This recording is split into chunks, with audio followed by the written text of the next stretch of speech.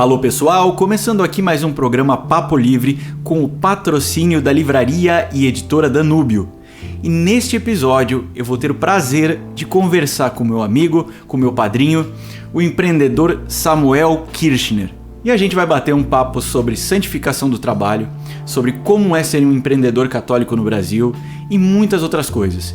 Então fica ligado aí que é só assunto importante. O que significa a santificação do trabalho e de onde vem esse conceito? O homem no estado original, no estado de graça, ele trabalhava, cooperava com a criação. Quando ele sai do estado de graça, ele não perde esse dever de trabalhar. Ele tem que a criação fica desordenada. Então, ele tem que contribuir para reordenar a criação também. Então, o trabalho tem essa função. Quando a gente organiza alguma coisa, quando a gente trabalha, a gente está santificando. Se a gente faz aquilo por amor a Deus e amor ao próximo. Se não fosse isso, aí dá para entender por que muitas pessoas pensam que o trabalho é um fardo terrível. Claro, se tudo que existe é o mundo material e tu não consegue ficar rico e tu não consegue ter prazer, bom, é claro, tu vai cair num desespero em que realmente o trabalho é um instrumento de tortura, né? Do teu chefe contra ti, muitas pessoas pensam assim, né? Mas não é essa a ideia. Então, o homem sempre teve que trabalhar e desde o início do cristianismo, os primeiros cristãos santificavam o trabalho, né? Isso é uma coisa que se esqueceu posteriormente na igreja, porque surgiu a vida monástica. Então, no ideário, no imaginário das pessoas, ficou muito forte aquela ideia de que não existem os religiosos, os sacerdotes, e aí tem as pessoas como nós, normais, assim, que temos que trabalhar e ter filho e tudo mais. Mas os primeiros cristãos não eram assim. Os primeiros cristãos surgiram no seio do Império Romano, né? Foram convertendo o Império Romano por dentro. Uhum. E eram, na maioria das pessoas, a maioria eram leigos, né? O que hoje se chama de leigo, né? Eram padeiros, oleiros, mães de família, professores, soldados do exército romano e tal, faziam o seu trabalho e eram iguais a todos, com exceção de que eram cristãos, não faziam certas coisas, não participavam de orgias, não participavam dos espetáculos cruentos que haviam lá, né? Depois surge a vida monástica e aí também a tradição do trabalho evolui, né? O famoso Ora et Labora de São Bento, né?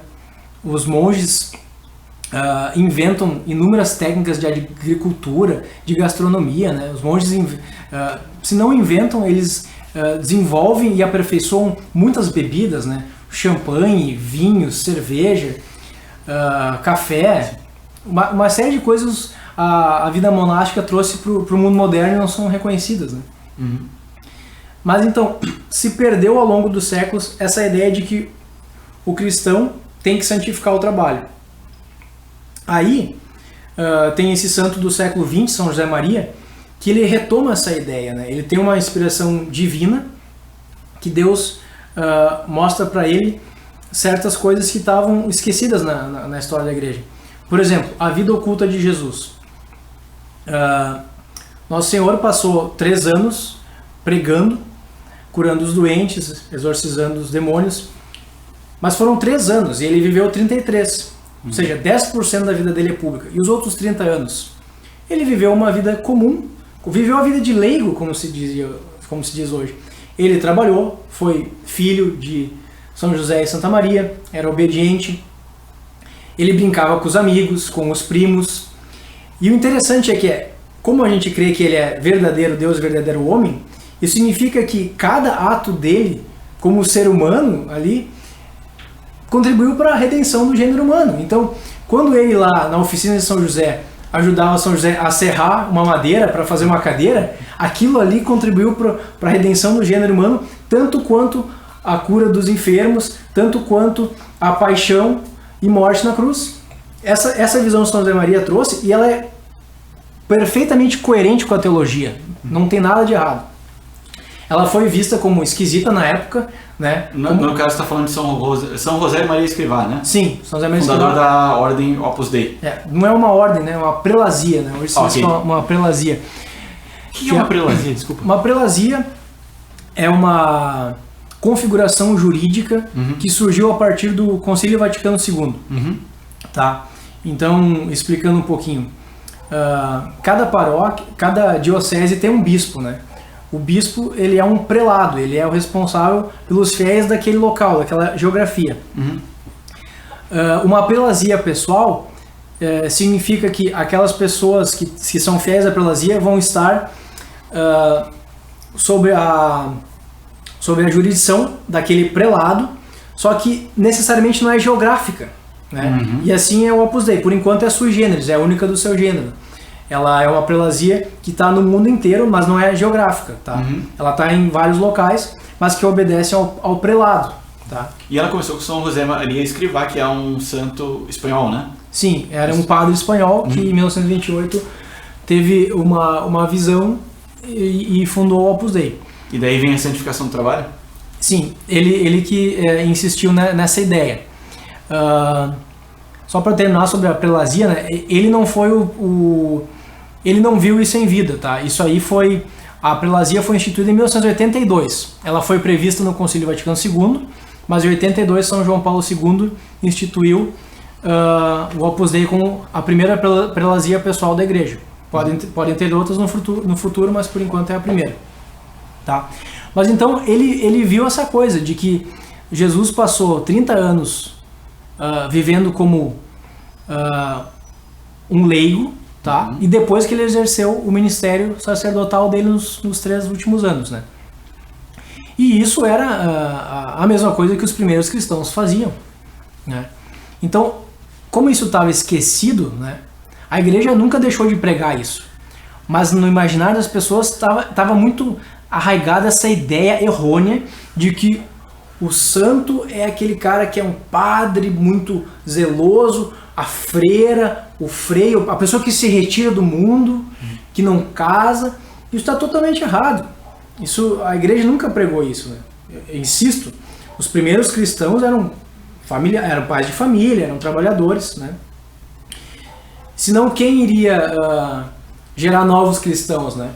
Então São José Maria, ele retoma essa ideia, a santidade é para todos. Todos somos chamados a ser santos. Jesus fala isso, né? Sede perfeitos como o vosso Pai Celeste é perfeito. E quando ele fala isso, é num momento do Evangelho que não é só para os 12 apóstolos, ele fala isso para toda a comunidade que estava ali reunida. Tá? E no Concílio Vaticano, com os documentos que foram gerados, se retomou essa ideia. Por isso que se fala que São José Maria é um precursor do concílio, né? Porque ele retomou essa ideia e o concílio ratificou, e hoje é o que a igreja vem, desde o Concílio Vaticano II, vem batendo forte, né? Todos somos chamados a ser santos, não só os padres e as freiras. Claro, 90% da igreja são leigos, né? É uma minoria que vai ser chamada ao celibato, né? Eu acho que existe uma visão muito negativa do trabalho na questão do Gênesis, quando o trabalho é um castigo sobre o ser humano, porque ganhará o pão com o suor do teu rosto. Que bom que tu trouxe esse gancho, porque era isso que eu queria falar mesmo. No Gênesis, o trabalho aparece antes da queda. Daí que está a confusão. Quando Deus cria o homem e a mulher, ele coloca eles no jardim para trabalhar. Em latim está utoperaretur, para trabalhar. Então o que acontece? Deus cria o homem, um ato de amor, para participar da vida divina e para ajudar no desenvolvimento da criação, para cuidar do jardim, para cuidar do mundo. Quando tem a queda, tem as consequências do pecado. E uma das consequências é a fadiga que decorre do trabalho. Daí essa passagem que tu citou. Mas isso criou essa confusão. As pessoas colocaram tudo no mesmo bolo, como se uma consequência do pecado fosse o trabalho. Não, o trabalho já estava lá antes da queda, né? É só a fadiga que é o problema. Então a visão da igreja sobre o trabalho é essa. Desculpa te interromper, mas com relação às dores do parto, o parto já estava lá O problema, a questão que veio foram as dores.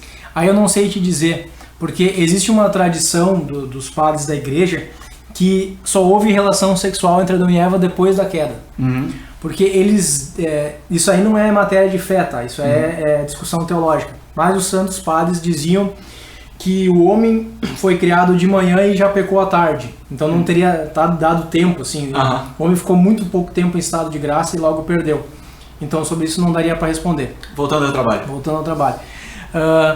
O que acontece com a natureza deixada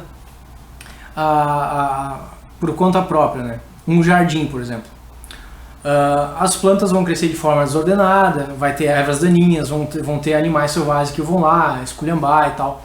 O que o homem faz? O que o jardineiro faz? Ele prepara a terra, ele aduba, ele planta, depois a planta cresce, ele vai podar certos galhos para ela crescer mais frondosa, ele vai tirar as ervas daninhas, ele vai cercar para evitar que os animais selvagens entrem lá. Então é isso que Deus espera, é isso que Deus esperava do homem no jardim, né? Então o trabalho estava lá. Aí já está refutada em limine a ideia hedonista, de que a vida do homem deveria ser só prazer descompromissado. Não, o homem tinha prazer no trabalho, mas havia trabalho, só que não havia a fadiga, né? Então a visão, resumindo, da igreja é essa: o homem deve trabalhar. Agora infelizmente tem a fadiga, mas mesmo que não houvesse a fadiga, o homem deve trabalhar. Mas o trabalho, ele é uma palavra que vem da palavra tripalho, né? Sim, eu queria comentar isso. Que é muito interessante também, assim como a ideia, o conceito se corrompeu, a própria palavra sofreu uma corrupção. Porque o tripalho era um instrumento de agricultura. Eu não sei exatamente como ele era, tem algumas imagens assim divergentes, mas como a própria raiz fala, né? Eram 3 paus, tripalho, que servia para mexer no trigo, uma coisa assim. E posteriormente ele virou um instrumento de tortura. Então viu que acontece com as palavras de língua latina, trabalho e assim por diante, que elas sofreram essa corrupção assim como conceito. O que começou como um instrumento de trabalho virou um instrumento de tortura. Então assim, o trabalho é bom, depois é que ele ficou problemático. Interessante isso, né? Palavras corrompendo o conceito. Muito legal. Estou pegando aqui o versículo 10 da segunda carta aos Tessalonicenses, capítulo 3. Aliás, enquanto estávamos convosco, nós vos dizíamos formalmente: quem não quiser trabalhar não tem o direito de comer. Como é que esse versículo se articula com aquela passagem do Evangelho em que Jesus Cristo diz: olhai os lírios do campo, que sem fiar nem tecer, eles têm a roupa mais bonita do que o rei Salomão? Me vem à cabeça aquela frase, que eu não sei se é de alguém ou se já se perdeu na origem dos tempos, que diz: trabalhe como se tudo dependesse de você, mas confie como se tudo dependesse de Deus. E por que é mais ou menos assim, né? Um sacerdote uma vez me falou que 98% é Deus e o que a gente faz é 2%. A gente, por não enxergar direito, pela inteligência embotada pelo pecado original, a gente tende a achar que Deus não está fazendo nada e a gente está trabalhando que nem louco e as coisas não estão acontecendo. Na verdade, a gente está fazendo 2% e Deus faz tudo, né? Novamente, vou usar a analogia do jardim, né? O jardineiro vai lá, prepara a terra, bota adubo, lança a semente. Mas a coisa mais incrível, que é a semente germinar e gerar uma árvore, né? É Deus quem faz, certo? Então, é assim que se articula. Nós temos que fazer tudo, colocar os meios humanos, como São José Maria diria. Nós temos que colocar os meios humanos, tá? Fazer tudo que está ao nosso alcance e o resto botar na conta de Deus. Confiar que Deus não vai nos desamparar. Deus proverá, né? Puxando uma passagem do Antigo Testamento, quando Abraão vai lá para sacrificar o seu filho Isaac, né? Isaac nota assim: mas pai, cadê o cordeiro para a gente sacrificar? E Abraão diz: Deus proverá, ou providenciará, né? Enfim. E o cordeiro aparece, está lá no meio dos arbustos preso. Então, essa é a ideia que a gente tem que levar para a nossa vida, né? Fazer tudo que está ao nosso alcance, mas confiar em Deus, não se desesperar, né? Excelente. Então, Samuel, tu tens a tua empresa. Como é ser um empreendedor católico no Brasil atual? Olha, Ronaldo, ser um empreendedor no Brasil é complicado, né? Acho que, do ponto de vista humano, ser católico, à primeira vista, seria mais complicado até, né? Mas, como eu estava falando agora há pouco, né, colocando o ponto de vista sobrenatural, acaba sendo mais fácil, né? Porque é difícil responder essa pergunta sem trazer junto parte do meu testemunho pessoal, né? Eu tenho empresa há 10 anos e me converti há cerca de 5 anos, né? E logo que eu me converti, eu cheguei nessa coisa que eu estava falando agora há pouco, de, tá, mas espera aí, se o negócio é ser santo, mas como é que eu vou ser empresário e santo? Parece incongruente, parece contraditório, inclusive, né? Porque tem essa ideia assim, não, tu vai ter que fazer coisas que não são muito certas, tu vai querer ganhar dinheiro e tá errado ganhar dinheiro, né? Uma série de preconceitos que eu tinha na minha cabeça, falta de doutrina, falta de formação, né? Mas até voltando um pouco antes, né? Chegou um ponto da minha vida, da minha trajetória como empresário, que estagnou um pouco a empresa, né? A gente cresce num ambiente assim que já é hostil ao empresário. Os poucos meios que não são hostis, como, sei lá, revista Exame, esse tipo de coisa, o que eles vão te mostrar? Eles vão te mostrar aquele cara que deu super certo ali, aquele cara que tá de braço cruzado, meio de lado, assim, na capa da revista. Sim. Assim, fulano abriu uma empresa de pão de queijo e fatura 5 milhões por dia, sabe? Os casos, assim, absurdos. Que existem, mas não é o caso do empreendedor pequeno, médio, assim. Só que aquilo ali coloca no teu imaginário uma série de ideias que depois vão te frustrar. Porque tu vai ter aquela luta diária e tu não vai ver a coisa acontecer e tu vai ficar pensando assim que tá todo mundo te passando na frente. Tu vai entrar num desespero ou num niilismo. Tu vai pensar assim, cara, não dá pra ficar rico, não dá pra dar certo aqui. Só quem rouba que vai pra frente no Brasil, uma série de coisas assim. Aí, bem nessa hora, por providência de Deus, eu conheci a mensagem de São José Maria Escrivá de Santificação do Trabalho. E aquilo ali me abriu completamente os olhos, né? Caíram escamas dos meus olhos. Aí eu vi assim que, bom, dá pra ser santo e leigo, não preciso ser padre, não preciso ser freira, não preciso... não tenho como ser freira também. Não preciso ser religioso, não preciso ser frei. Dá para ser santo e empresário. E mais, se ficar rico ou se não ficar rico, cara, não faz diferença. O importante é trabalhar para Deus, trabalhar para o próximo. A partir daquilo ali, eu comecei a ficar muito mais feliz no trabalho. Comecei a ficar muito mais tranquilo. Saiu aquele peso nas minhas costas de que eu deveria dar certo, eu deveria ser bem sucedido. Porque eu acho que isso é uma coisa também que é um lado ruim que os americanos colocaram em nós, assim, essa competição, esse culto do sucesso, que nem lá também não é, as coisas não são tão, não é tudo flores como pintam, sabe? A média de quebra das empresas, né, empresas que não dão certo, é mais ou menos a mesma em todos os lugares do mundo onde existe livre iniciativa. A maioria das empresas não funciona. Claro, tem os lugares que são mais propícios ao empreendedorismo, né? O Brasil é um lugar inóspito para o empreendedorismo, mas a mensagem da igreja e de São José Maria de que se deve santificar o trabalho, se deve santificar no trabalho e santificar os outros no trabalho, ela ajuda em qualquer caso, seja você um empreendedor ou o cara que aperta o parafuso, talvez até mais para esse sujeito que tem essa atividade repetitiva, né? O sujeito vai lá, passa cola no sapato todo dia, né? Como não cair no desespero? Como não cair no niilismo? Bom, coloca todo o amor naquele trabalho, amor a Deus, amor ao próximo, amor à família, aos teus amigos, que vai ser mais suportável já aquela atividade. E o empreendedor é a mesma coisa. Eu me dei conta então que não precisava ter essa ânsia de dar certo e paradoxalmente, aparentemente, mas é aí que as coisas começaram a dar mais certo.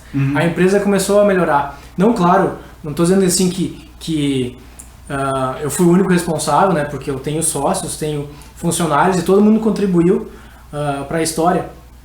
Mas eu acredito, né, que por providência divina, no momento em que tu te abre para Deus, Ele faz coisas acontecer na tua vida, como que para provar, né, para dar um gostinho de que, olha, aqui é o caminho certo, aqui tu tá indo aqui, continua comigo que vai dar tudo certo, né? E agora voltando um pouco às agruras, né, do empreendedor católico. Bom, infelizmente a gente vive num país onde os pequenos deslizes, né, são vistos como necessários e muitas vezes, infelizmente, até louváveis, né? O sujeito é visto como malandro, como astuto, né? Mas dentro da doutrina católica é muito claro, são pecados veniais, muitas vezes mortais, né? O sujeito que rouba o fornecedor, que rouba o cliente, que deixa de entregar, que entrega mercadoria fraudada, que promete uma coisa e não cumpre, né?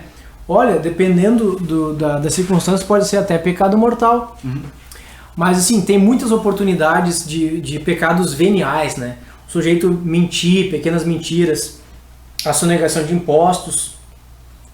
Existe um caso específico muito delimitado onde é lícito sonegar imposto, mas a maioria das pessoas provavelmente sonega por pura sacanagem mesmo, né?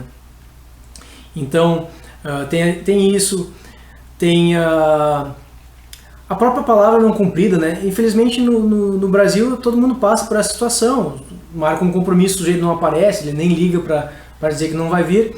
Isso meio que é encarado como normalidade, mas é um pecado venial, né? Contra o não mentirás, não levantarás falso testemunho, porque você deu a sua palavra para o sujeito, você deveria ir lá e cumprir, avisar que não pode vir. Então por isso que ficou muito claro para mim, com todos esses anos, de que só a busca pela santidade é que pode salvar a nação, né? Porque a nação é a soma dos indivíduos, então os indivíduos têm que buscar a santidade para buscar a salvação que vem de Deus. E aí as empresas serem melhores, os funcionários serem melhores, o clima de negócio ser melhor e a sociedade ser melhor vai ser uma consequência disso, né? É como eu postei esses dias, né? O Scott Hahn comentou uma passagem de que os monges da Idade Média, quando eles faziam isso que eu citei agora há pouco, de criar técnicas, desenvolver bebidas, comidas, eles não estavam querendo necessariamente transformar a sociedade. Até porque eles saíram do seio da sociedade porque aquilo ali estava ficando um ambiente muito ruim para eles louvarem a Deus. Eles saíram para levar uma vida em comunidade e buscar a Deus, buscar a salvação. Aí a consequência disso foi que as técnicas deles voltaram para a sociedade e melhoraram a cultura em torno, né? Que dica você daria para as pessoas que desejam converter seu trabalho em obra de santificação? Bom, novamente falando sobre a experiência pessoal, né? Uma coisa que eu ainda tenho que trabalhar muito na minha vida é a paciência e não reclamar. O que no ambiente inóspito do empreendedorismo brasileiro é muito difícil, né? Porque a gente se irrita com clientes toda hora e por causa desse tipo de coisa, assim, clientes desleais, pessoas, não clientes, na verdade quando o cara vira cliente já melhorou um pouco a coisa. Mas assim, muita gente que entra em contato sem interesse real, que quer se aproveitar e tal. Então, cada vez que você tem a vontade de xingar, você respira fundo e oferece a Deus. Né? Oferece a Deus. Antes eu falei, o ambiente de negócio no Brasil é cheio de oportunidades para pecar venialmente, né? Para pecar. Bom, o contrário também é verdadeiro. Onde há oportunidade de pecar, há tentação. Então, há oportunidade de se santificar, resistir à tentação, né? Então, não faltam oportunidades. Clientes desleais, pessoas mal educadas, tudo isso é oportunidade de exercer a paciência, exercer mortificação, para quem não está familiarizado com o termo, né? Mortificação é um pequeno ato em que você contraria a sua vontade. Então, assim, ou melhor, você através de um ato de vontade você contraria o seu desejo, o seu instinto. Então, assim, o natural do ser humano é reclamar, né? Então, não reclama, mortifica a língua, fica quieto, reza, se foi um caso grave, o sujeito assim te descascou, reza uma Ave Maria por ele, né? Reza uma oração, isso é santificar o trabalho também. Então, são pequenas coisas, né? Dentro da mensagem de São José Maria, por que o nome do livro do Scott Hahn é Trabalho Ordinário? Porque são essas pequenas coisas, né? Para ser santo não é preciso necessariamente ser um mártir, né? A gente sempre pensa nos caras que fizeram, nossa, aquele sujeito que foi lá para as Índias, evangelizou todo um continente, todo um povo, o sujeito que foi torturado, morreu, foi despedaçado por leões. Sim, existe isso na história da igreja e é maravilhoso. O sangue dos mártires é a semente de novos cristãos e tem muito mártir hoje em dia, muitos mártires no Oriente novamente morrendo por nós. Mas para a maioria das pessoas no Ocidente atual existe o que o Papa Bento chamou de martírio velado, se não me engano. São essas pequenas contrariedades do dia a dia e isso fecha direitinho com a mensagem do Opus Dei São José Maria Escrivá. Engarrafamento no trânsito, oferece a Deus. Uma pessoa te foi mal educada, oferece a Deus.